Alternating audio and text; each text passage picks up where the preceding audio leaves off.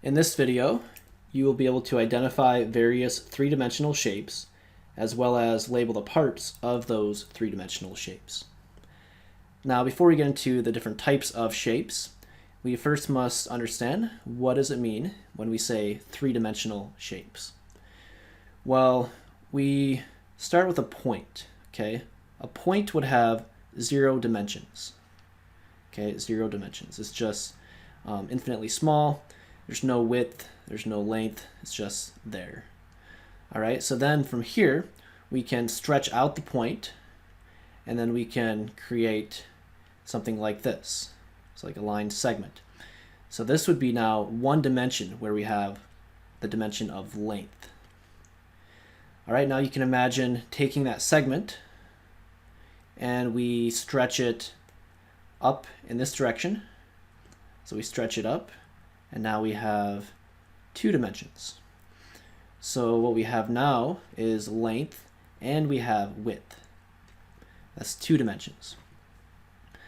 Now, keeping that pattern going, if we take that square and then we stretch it out, so we stretch it out like this, and then we connect these different vertices like that, now we have 3 dimensions. So 3 dimensions. All right, so now we have not only length and width, but we also have height. So most things we see in our everyday lives would be 3-dimensional. Okay, we have length, width, and we have height. All right, so when we say we're dealing with 3-dimensional figures, what we're dealing with are shapes like this. Over here where there's 3 dimensions. There's a length and a width and a height. Now there's 2 different main categories of 3-dimensional figures. The first is what we call polyhedron. So polyhedron, our definition, is 3-dimensional shapes that are enclosed by flat surfaces that are polygons. So we see polyhedron has polygons as their different surfaces. And there's no curved surfaces. Polygons are non-curved figures. So examples of this would be things like pyramids and prisms. Okay, so pyramids and prisms fit this description. So we're going to look at each of those shapes, pyramids and prisms, and then we're going to talk about the other type, the other broad category. So diving into polyhedron, the pyramids and prisms. Here we see different examples of different pyramids.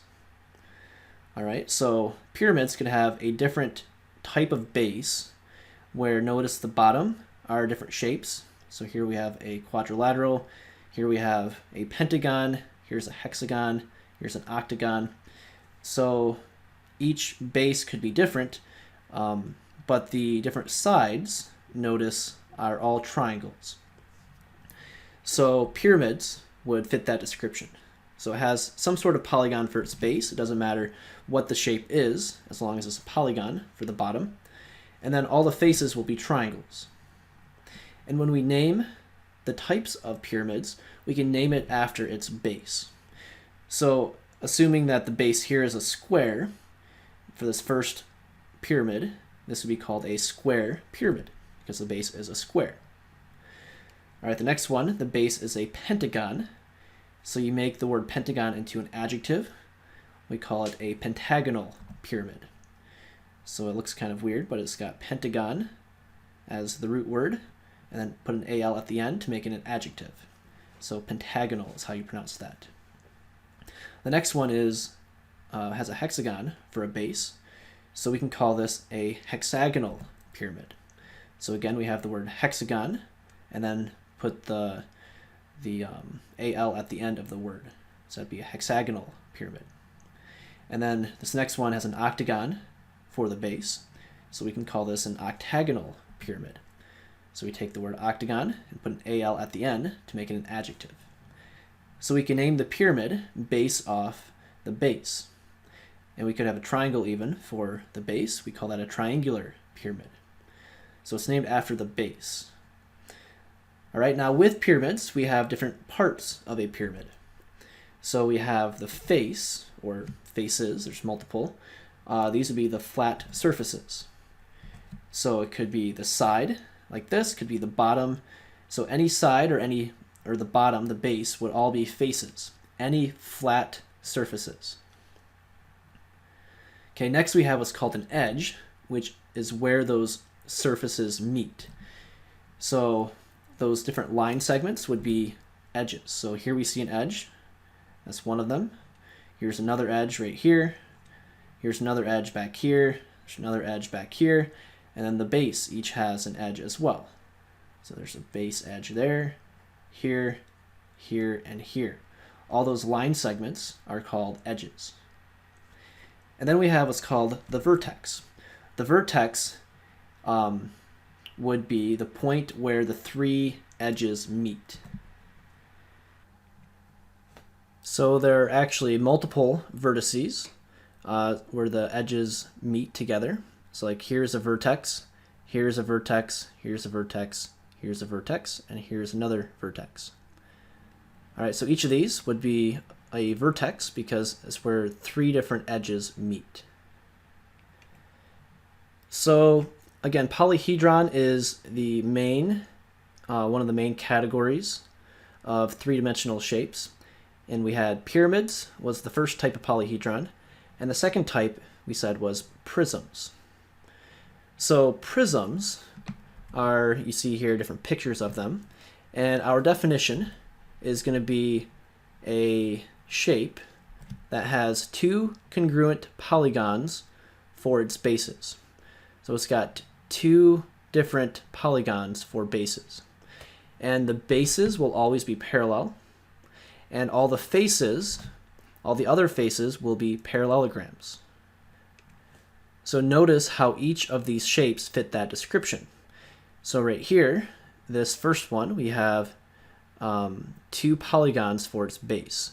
So right here, this triangle and this other triangle over here, both would be bases. So normally we think of a base being on the bottom, but for prisms, the bases will be the parts that are parallel, the two congruent polygons. All right, so then the bases are parallel as well, so they're not intersecting. So these would be parallel. And then notice that the other faces are all parallelograms. So like here, this side is a parallelogram, looks like it's a rectangle. And then the back side over here, so this back side is another parallelogram, and then the bottom is also a parallelogram. All right, and then when we name these prisms, another fact to know is that we can name it after its bases. So this first prism right here is called a triangular prism because the bases are two different triangles. Now notice the second one here. Again, it fits the description of a prism because it has two polygons for its bases. So here we see it's got two pentagons and they're parallel with each other. All right, and then the other faces are all parallelograms. So notice like here, for example, this side, this side right here is a parallelogram. And then the other sides as well would all be parallelograms also. All right, so it fits the description, and then to name this, we can name it after its bases. So we have two pentagons as a base, and just like with pyramids, we can make the word pentagon into an adjective. So we call this a pentagonal prism. So again, we have the word pentagon, and then put the letters AL at the end to make it an adjective. And then thirdly, we have here another prism, and notice that the bases are both rectangles. All right, they're parallel to each other. The other faces are all also rectangles. So basically everything's a rectangle in this prism, and this would be called a rectangular prism because the bases are rectangles. All right, and then dealing with prisms, we have different parts of a prism, just like we did with the pyramid. We have the face, we have edges, and we have the vertices or vertex. All right, so the faces would be the flat surfaces. So all the rectangles in this prism would be a face. So like here, this top part, that's a face. The bottom down here would also be a face. The sides are also faces. So any of these flat surfaces are faces. And then we have edges, which is where the two faces meet. So like right here, this line segment would be an edge. This right here would be an edge. Down here is an edge. Up here, the segment is an edge. Back here is an edge. So all these segments would be edges. All right, so there's a lot of them in this shape. And then thirdly, we have what's called the vertex. So the vertex is where the three edges meet, and it's a point. So we see right here, this point would be a vertex. This up here is a vertex. This is a vertex. So any of these points would be vertices. Remember, vertices is the plural, by the way, vertices. That's how you spell it. So each one is a vertex. All right, so we have the face, the edge, and the vertex. So we mentioned that we have two broad categories of three-dimensional shapes. We have polyhedron, that was the first broad category, and under that we have pyramids and prisms. The second broad category would be things that are not polyhedron, so that do not have polygons for the different parts, and we call this just basically curved surface figures. So we don't have a fancy word necessarily, but the surfaces are curved. They're not polygons. So these are not polyhedrons because of the curved surfaces.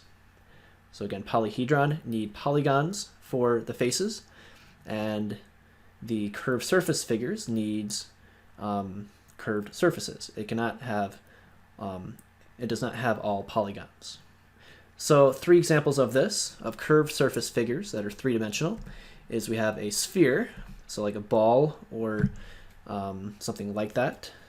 And our planets are kind of spheres. They're not a perfect sphere because the tops and the bottoms are a little bit dented in, but they're basically spheres for most purposes. You can think of like any ball, really, is a sphere. And then we have a cone that looks something like this. And then we have a cylinder, looks something like this. All right, so a sphere, this one has no bases. So this has 0 bases. There's not really a top or bottom, really. It's just all one surface. Cone has 1 base, which would be down here, the circular base. So this one has 1 base. And then the cylinder has a top and a bottom, both for this, and that would be 2 bases. So these are the 3 different curved surface figures. So the sphere doesn't have really any base or face. It doesn't really have any edge or vertex. So there's no parts to really classify or categorize for a sphere. It's just kind of one shape. But for a cone, we have different parts we can identify. We have the face, first of all, which same definition as with a polyhedron. The face would be the flat surface. In this case, the flat surface would be the bottom. So it's the bottom here is a circle, but it's still flat. Okay, so this would be a face.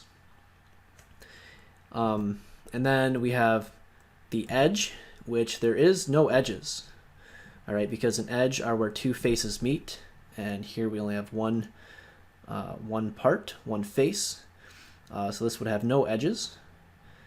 And then, because there's no segments, right? It's all just a smooth surface. And then for a vertex, we actually do have one vertex, and that would be right up here, at this highest point. So this vertex, that's the only point in this shape, and it's the point across from the base. So that would be your vertex. Now lastly, dealing with cylinders. So we had spheres, we had cones, and then cylinders is our third curved surface figure. And here, our faces would be the flat surfaces, which would be the top and the bottom. All right, then we have what's called the edge, and here there's no edges because there are no aligned segments. It's all just a smooth surface. All right, it's just a curved surface. There's no edges, no line segments, so there would be no edges for a cylinder. And then for a cylinder as well, there would be no vertex because there's no point.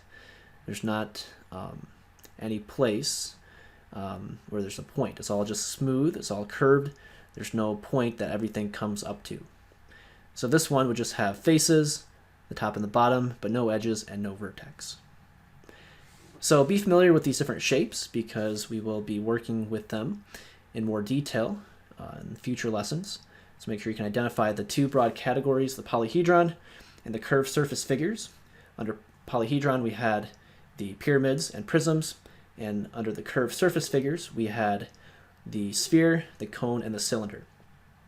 And then make sure you can identify the face, edge, and vertex for each of those shapes as well. And that concludes our lesson for today. We will see you next time.